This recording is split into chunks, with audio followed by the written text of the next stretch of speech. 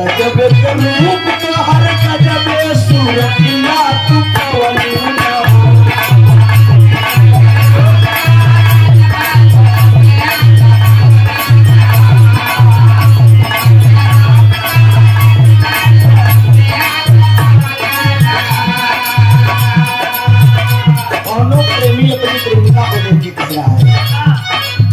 गजब के रूप तोहर गजब सूरतिया तू पवनू न हो रानी हमके दीवाना बनवलू न हो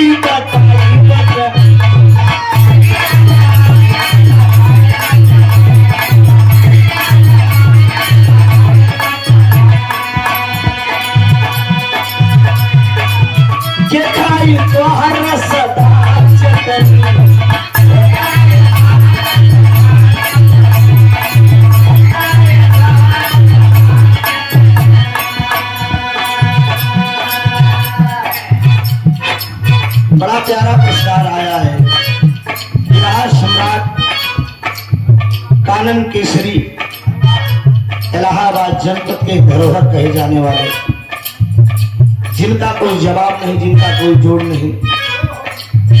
तीन ऐसी हस्तियां इस धरती पे थी। आदमी चला जाता है कीर्ति अमर होती है, सावनी गुजर जाती है तब जल की कदर होती है। इंसान जब तक धरती पर रहता है तब तक कीमत कम होती है, जाने के बाद उसकी कमी खलती है। जनाब हैदर अली जुगनू साहब, बाबू राम कैलाश जी, ये सब बिरहा के एक स्तंभ थे। उन्हीं श्रेणियों में एक अजूबा नाम है यश शेष कानन केसरी ककालाल जी लहरी के आप दामाद जी कल्लू यादव जी, नाम सही राम। 151 रुपया का पुरस्कार बा, भैया का प्रणाम बा। जहां भी हो आत्मा मालिक करे उन्हें स्वर्ग मोक्ष स्थान में खाली दे।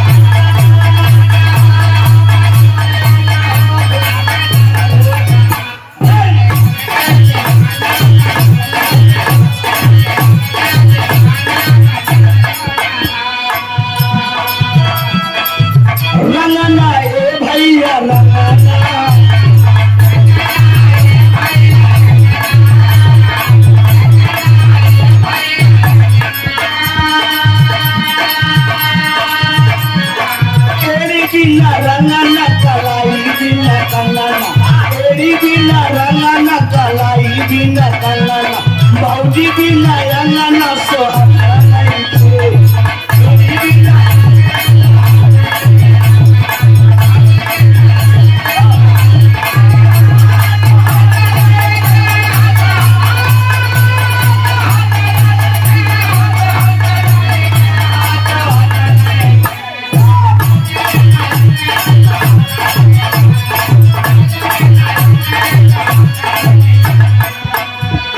दुई लाची लाची लाची एक में बोला बोला चाची चाची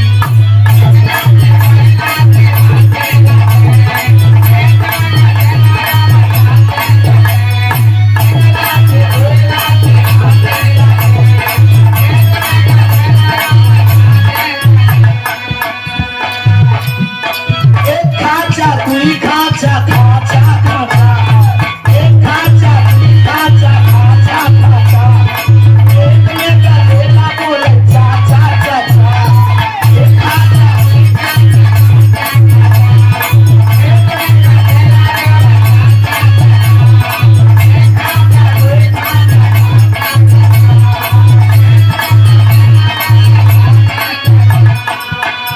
भैया का फरमाइश बादशाह लहरी काका के गात लाइन हो चाहिए रुक के डॉक्टर साहब लहरी काका की लाइन होनी चाहिए बसंत लाल भाई की फरमाइश पर नहीं चाहिए दिल दुखाना किसी का सदा ना रहेगा बसंत लाल भाई थोड़ा से हम लोग से किस में ठीक हो गया है कार्यक्रम लगातार चलता शरीर भी मस्त हो चुकी है लेकिन पेट पापी के सवाल है वैसे लॉकडाउन थे कि मुझसे 2 साल में सब बटोर दे इहो बकी जो नहीं मिले बैठ के का करबे कम से कम भाई लोग से दीदार भी हो जाए भैया कहा मौसम लड़ाई के मन चुके सब छुए जा के काम करते पैसा दे दी जाता है घरे हमके हराम को पैसा ले ठीक मेहनत करके पैसा लेके जाएंगे भाई लोगों को सेवा करके जाएंगे जो उनको टूटा फूटा सहूर बा आखिर में आपको केवल पैसा उतना ही दे देता जो भाई लोग 150 देता है इससे तो नुकसान हो जाए दर्शन भी हो गया और प्यार भी मिल गया आप लोगों का सेवा का मौका भी मिल गया 100 रुपया का पुरस्कार बा त्रिभुवन जी लहरी कथा गावत रहे दीजिए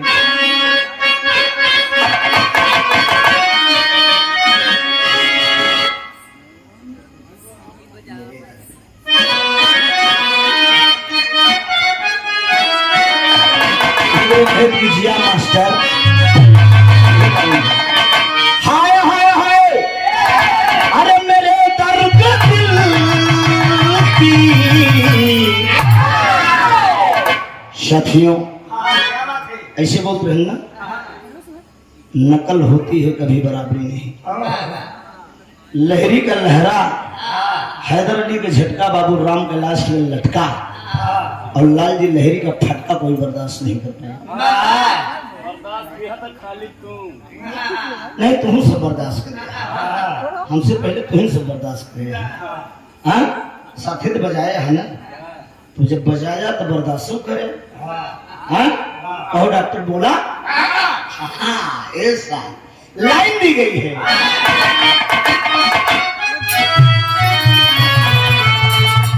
जैसे हाय हाय रे नया ना बुरा है हाय हाय रे नया ना बुरा है न जाना बुरा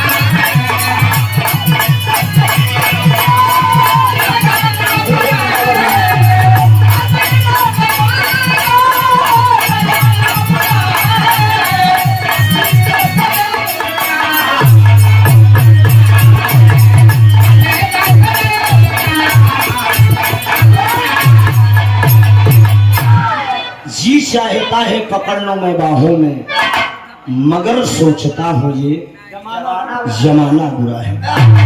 मेरी काका कभों बोलत रहे कि जवानी हर बसर की कातले इल्जाम होती है, जवानी हर बसर की कातले इल्जाम होती है, निगाहें नेक भी इस उम्र में बदनाम होती है।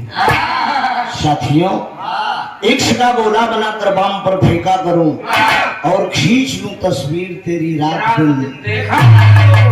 इश्क का मार्ग कितना कुटिल मार्ग है, इश्कबाजों का इतिहास न्यारा गया। लहरी काका की लाइन है। कभो कहा तो यार तू लाल जी चलन है, हैदर गया उनका नकलिया कैसे देंगे थे। हमके 40 नंबर गोमती पे जब बैठत रहे, अरे बाजा वाले, हेलो शांत करावा इनका भैया। 40 नंबर गोमती पे जब मुलाकात होती थी हमारी, तो हमका स्पेशल बताऊंगा। कहा बेटा किसी भी अखाड़े को इस मुझको मतलब नहीं है, लेकिन हमारे बच्चे हो, हम लोगों को न रहने के बाद कम से कम हम लोगों की लाइन तो गाओगे तुम लोग। इश्क का मार्ग कितना कुटिल मार्ग है, इश्क का मार्ग कितना कुटिल मार्ग है, समाजों का इतिहास न्यारा गया। इश्क में चंद्रमा गुरु बृहस्पति के दुश्मन बने, जब हिल्ला का पानी उतारा गया। चंद्रमा गुरु बृहस्पति का परम शिष्य था, गुरु की पत्नी से कर वो नजारा गया। लहरी लिखते हुए थरथराती कलम, इश्कबाजी में निशान। ये लाइन है।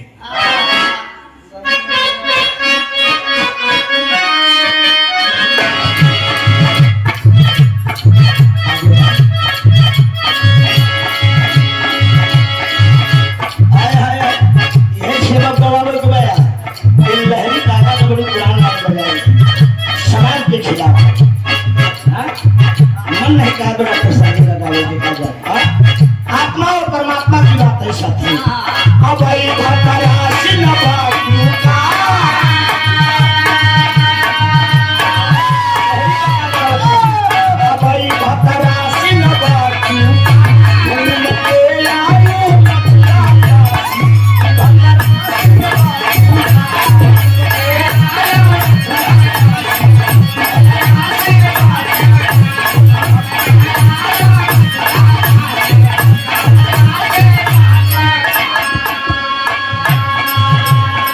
अब परमात्मा रूप की बात है। मथुरा काशी कहीं भी आप दर्शन करने जाएंगे, हर दर्शन करके आएंगे, लेकिन उस परमात्मा को याद जरूर करेंगे। लोग इसका गंदा समझते, लेकिन वो गंदा नहीं दिखे रहे। हर गीतों में उन्होंने राज एक छिपाया था। घूम के आओ मथुरा काशी अभय भतरासी बाटियों। एक प्रेमी अपनी प्रेमिका को लिया के मेले में घूम रहा है, इलाहाबाद ट्रैफिक चौराहे पे। पेड़ा, मिठाई, अमृति, छेना सब खिया है, सेब, मौसम्बी, अनार खिया है, लेकिन कहा जैसे मैं नहीं बता इसमें खावे नहीं करा। तो वही एक फल का दुकान पर लेके कहा गोरिया केला खाई।